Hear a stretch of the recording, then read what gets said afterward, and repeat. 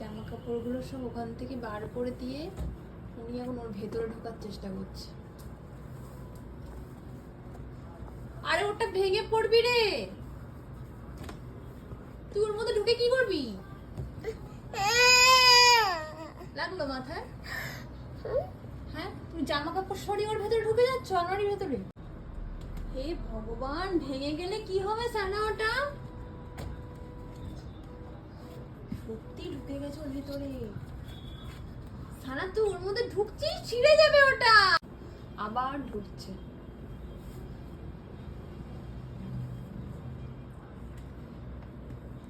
ওটা যদি ভেঙে পড়ে যায় না, দেখো ওটা অত শক্তপোক্ত না। পারবে না মা ওখানে? না মানে এটা কি? চলে এসো, তুমি ওর মধ্যে ঢুকতে পারবে না। একটা ঠ্যাং ঢুকিয়ে বসে আছে। এনো গুছিয়ে রাখো। হ্যাঁ, কোথায় ছিল ওখানে গুছিয়ে রাখো। হ্যাঁ রাখো, রেখে দাও।